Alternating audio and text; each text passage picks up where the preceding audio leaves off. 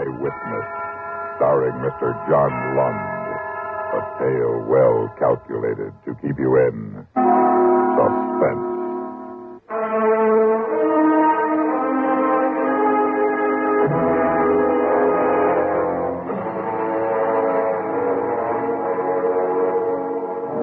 You got the assignment because you'd never been in jail. A fresh point of view on the state prison, the editor said. Not an expose, nothing sensational. Just a Sunday feature story of the average citizen's reaction to the stone walls and iron bars of a big penitentiary. Oh, it's a depressing tour, and you've had enough. But the captain of the guard has one more point of interest for you. Here's something you ought to see before you go, Mr. Kelly. Yeah, what's that? Your old block, built more than 100 years ago. This is where we keep the bad ones. The bad ones? Yeah, in solitary. The tough guys, the deviates. Softens them up fast, most of them. You stop in front of the heavy steel door, but no guard peers through the bulletproof glass peephole. The door is not instantly unlocked, as the others have been. That's funny. Should be a man on the door at all times. Oh, there he is. Go ahead on in, Mr. Kelly. You walk in. The door clangs behind you. And then you feel something sharp. All right, your both of back. you, stay where you are. Say, what is this? If you make one move, Wolf, I'll drive this shiv straight through your gut. Frisk him, Joe. Yeah, here's his strap. Good. Here's his gun. Good, we can use him. This one's clean. He's an outsider. You can't get away with this. We can, huh? We have. I'm happy to report, Captain Wolf, that the old cell block is completely in control of its 32 inmates. Listen, you're asking for trouble. Mr. Kelly here is from the Capital News Telegram. Oh, a journalist. Oh, the name, Mr. Kelly, is J. Conrad Allen. That's spelled with one L, Mr. Kelly. Whether I end up a live lifer or a dead hero, be sure, Mr. Kelly, to spell it with one L. I'll try to remember that. Hey, Conrad, what do you want me to do with these two? Lock them up with the guard? Not yet. I'll need Captain Wolf's cooperation. You won't get it. Would you like to bet on that? How about you, Mr. Kelly? Are you going to cooperate? Well, I don't know. Now, we'll see. All right, man, listen to me. Now, here's where we stand. We got Limpy to thank for this. He pretended to be sick and got that greenhorn guard to open his cell. He conked the guard, locked him in the cell, and let Big Joe and me out. We took care of the rest of the guards. They're all locked up in cell number 3. Wait a minute. That's not all. Just after we got them locked up, who should walk in but our old friend, the captain of the yard, Lord Tub Wolf. Now, wait a minute. We also have another guest, Mr. Kelly of the Capital News Telegram. He ain't no good, though. Don't be too sure about that. We're going to get plenty out of this. Stick with me, I'll show you. First, they don't know anything's happened yet. So let's tell them. Get on the telephone, Captain Wolf, and call the warden. I will. What did you say? It is sharp, isn't it, Lord? Now, get on the phone. Tell the warden where you are and what's happened. Tell him to send over our supper just the same, and to wait for further instructions. Here, I'll dial it. And I'll talk.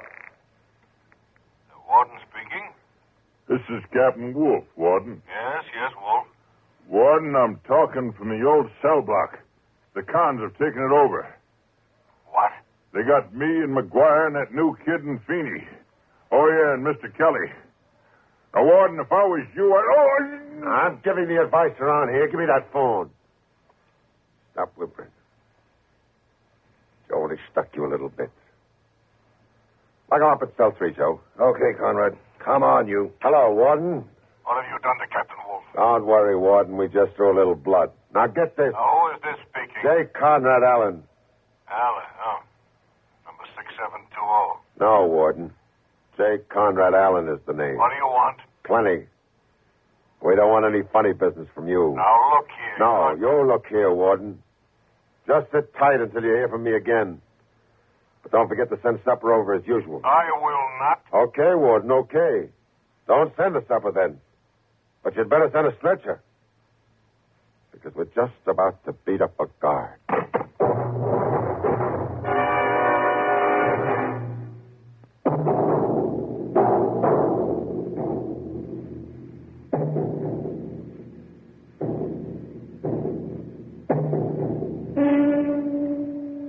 Did you have to do it? What? Beat up that guard. Of course. But why? Force. That's the only thing they understand. The guards, the warden. That's the way they treat us. You don't have to do anything. You just have to have a guard down on you, and it can mean 3 days in a straitjacket. Get in a real rhubarb, and you can go to the dungeon for anywhere from a week to a month. The dungeon? Yeah. Down in the cellar of this block. The cells are 5 foot long, 5 feet high, and 3 foot wide. You can't lie down and you can't stand up. And there's no light. It's not a pretty place, Mr. Kelly. See what I mean? I'm beginning to. Okay, Mr. Kelly, it's your story. What do you mean? Mr. Kelly, for a newspaper man, you amaze me. It's your story. Eyewitness. You're gonna let me out? Oh, no, indeed, we need you. Well, then how can I... Phone it in. When's the morning edition go to press? The Bulldog is put to bed at 8:15. Right. You got a little more than an hour. Can you make it? Why, sure. If I can get a call through. You'll get a call through. Hello? Outside line, please. What? You heard me, Warden. Tell the operator to give us an outside What line. are you Mr. trying- Kelly wants to file a story. Oh, no. No story goes out of here without my okay. Now? I bet you're holding a press conference in your office right now, aren't you? Well, so am I. Mr. Kelly wants to file a story. I will not. How's Haney, Warden? Resting easy? Who do you want next? McGuire? Or the green kid who opened the first cell? Name him. We'll deliver him to you in pieces. Look, Alan. Don't you realize if you don't give up, you'll spend the rest of your lives right where you are in the old block? Okay, Big Joe, go to work on the next goon. No, wait a minute. You can't. It's inhuman. I suppose the dungeon isn't. No, but you can't. Get me that outside line, Warden. You give me your word you won't harm that man. I give you my word. For now. Get me the line. What number do you want? Get me the Capital News telegram. The managing editor. Person to person to the managing editor, Mr. Wiley Brooks. How did you know? And then make it snappy. How did you know the ME's name? I've been around some, Mr. Kelly. Now, I needn't warn you, I suppose, not to double cross us. How could I? I don't know. But just don't.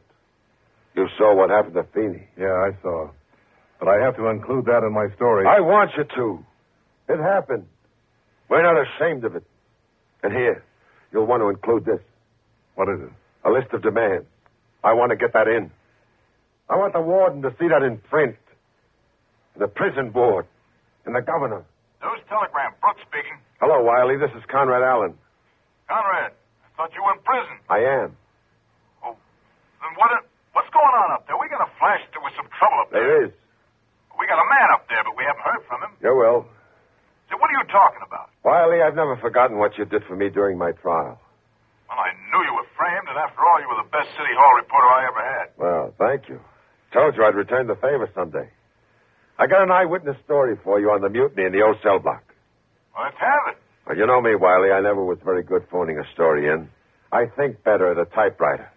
So I'll turn you over to your Mr. Kelly. Is Bob there? Yeah, he's one of our hostages. What are you, what? Take it from here, Mr. Kelly. Hello, Wiley. What are you doing up there, Bob? I'll fill you in when I get out of here, if I get out. Right now, here's the story. You ready? Yeah, ready. At 3:43 this afternoon in the old cell block at State's Prison, John J. You dictate the story as fast as you can, including the mutineers' list of demands. Well, that winds it up as of this minute, Wiley. Wait a minute. I got something to add. Oh, just a minute. Conrad Allen. That's spelled with one L. I know. He wants to add something. Hello, Wiley. Yeah, Conrad. I got 3 guards left. Your bulldog still hits the streets at 10 p.m., doesn't it? That's right. If they don't meet our demands by midnight, we beat up a guard. The next one goes at 4 a.m. The last one at 8 o'clock tomorrow morning. You can print that. Yeah, okay, Conrad. But listen, let Bob Kelly out of there, will you? I need him on this story. Wiley, he's on the story. And we need him. If they don't give in by 8 a.m. when I run out of guards, I'll need your Mr. Kelly very badly.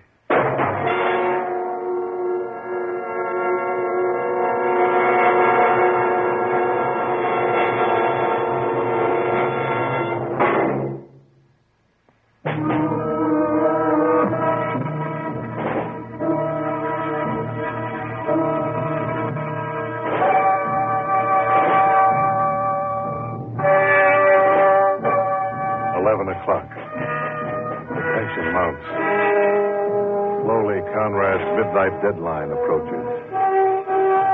The hands creep toward 12. They meet, point upward. 10 seconds pass.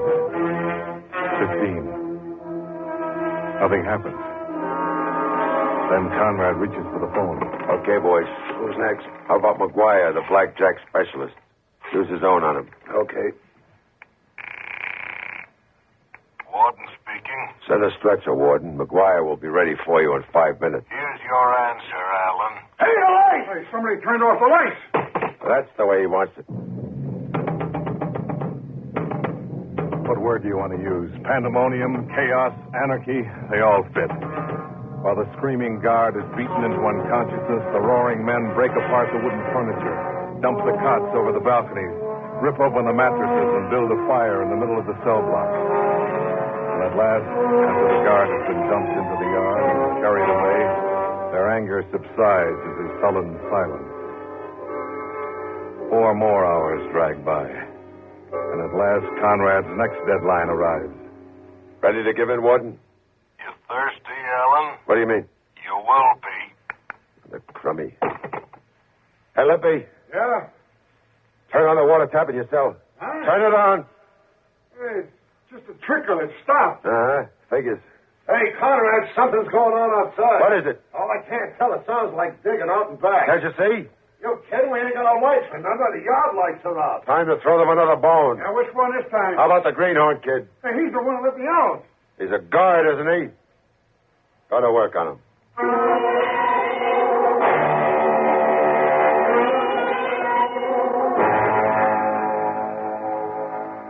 So the greenhorn kid gets his and is dumped into the yard.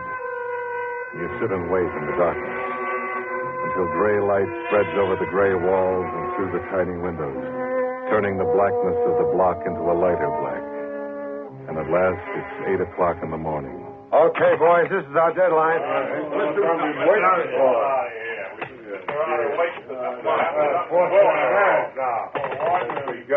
What the? What's the matter, Conrad? The phone, kid. They cut off the phone. Conrad, we got no lights, no water, no phone, no food. What are we going to do? Well, boys, how'd you like a little exercise? Huh? Big Joe? Yeah. I'll lock the alarm up. Give them to me. Now, boys, with locked-up wolf, it's going to be different. Everybody gets a crack. Because everybody's got unfinished business with the top, isn't that right?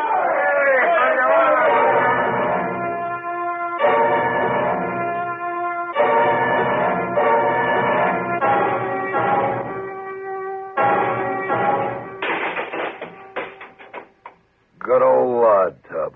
I got an idea he might quit his job. After he's able to walk again. Hey, Conrad, I just thought of something. What's that? What are we going to do next? Nothing. It's their move. Yeah? We ain't got any more guards to beat up. That's right. But we still got Mr. Kelly. Your heart stops beating for a long instant as the wild, bloodshot eyes of 32 desperate men center on you. You don't know how long you sit there across the table from Conrad. Time has stopped. You wait. Conrad waits. The men wait in silent little groups. You wait for the next move, the warden's move. And at last it comes. You men in the old cell block. What's that? They just pull a loudspeaker truck into the yard. Where? You hear me? Oh, yeah. I'll break out this window.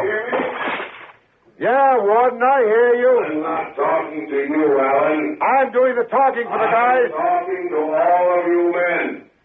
I have just come from a meeting with the governor. We are in agreement.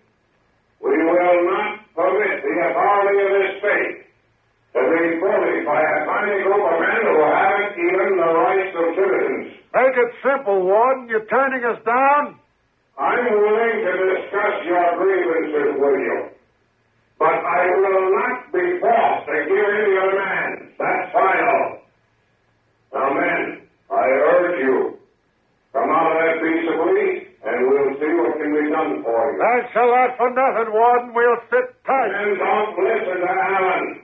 He must be crazy to keep you there, and I think he is keeping you there. You listen to me.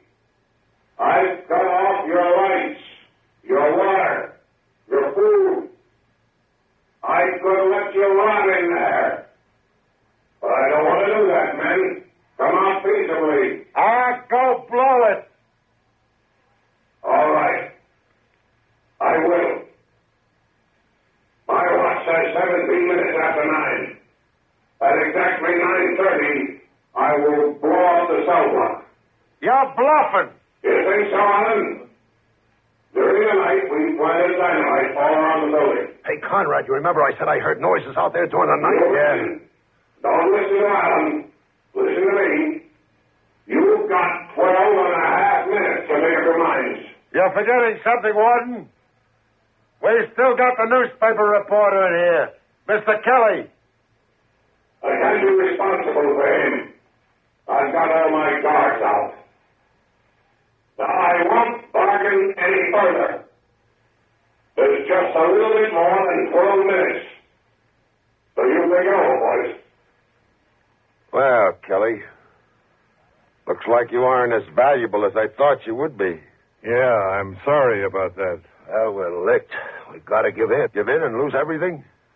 Do you realize that in this state they can give us all life for what we've done? Me, I'd rather get blown up than spend the rest of my life in this hole. No, Conrad, no. Now, please, you gotta get us out. Yeah, it's all your fault, you little punk. What do you mean, my fault? If you hadn't conked that greenhorn guard yesterday just because you wanted to make up to Conrad, we wouldn't be in this fix. Lay off the kid. Why, you little jerk, I ought to... I said lay off the kid.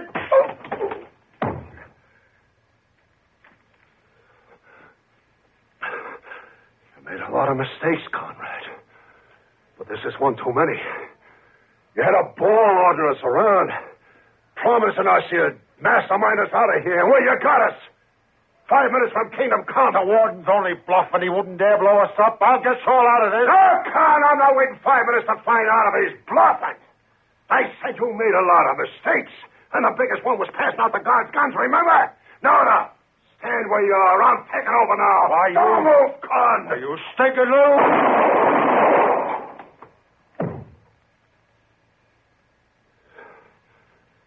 Less than 5 minutes, boys. I'm going out. Anybody joining me?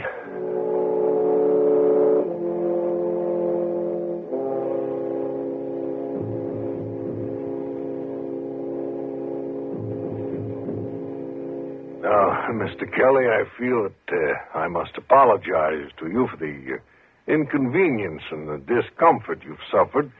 That, Warden, is the understatement of the year. Now, of course, you clear any stories you write about this situation through me. I doubt it. We can't permit you a Warden, free hand. I'm going to report it just as it happened. And when I get through, I don't think that J. Conrad Allen, spelled with one L, mixed up and twisted though his values may have been, well, I don't think he'll have died in vain.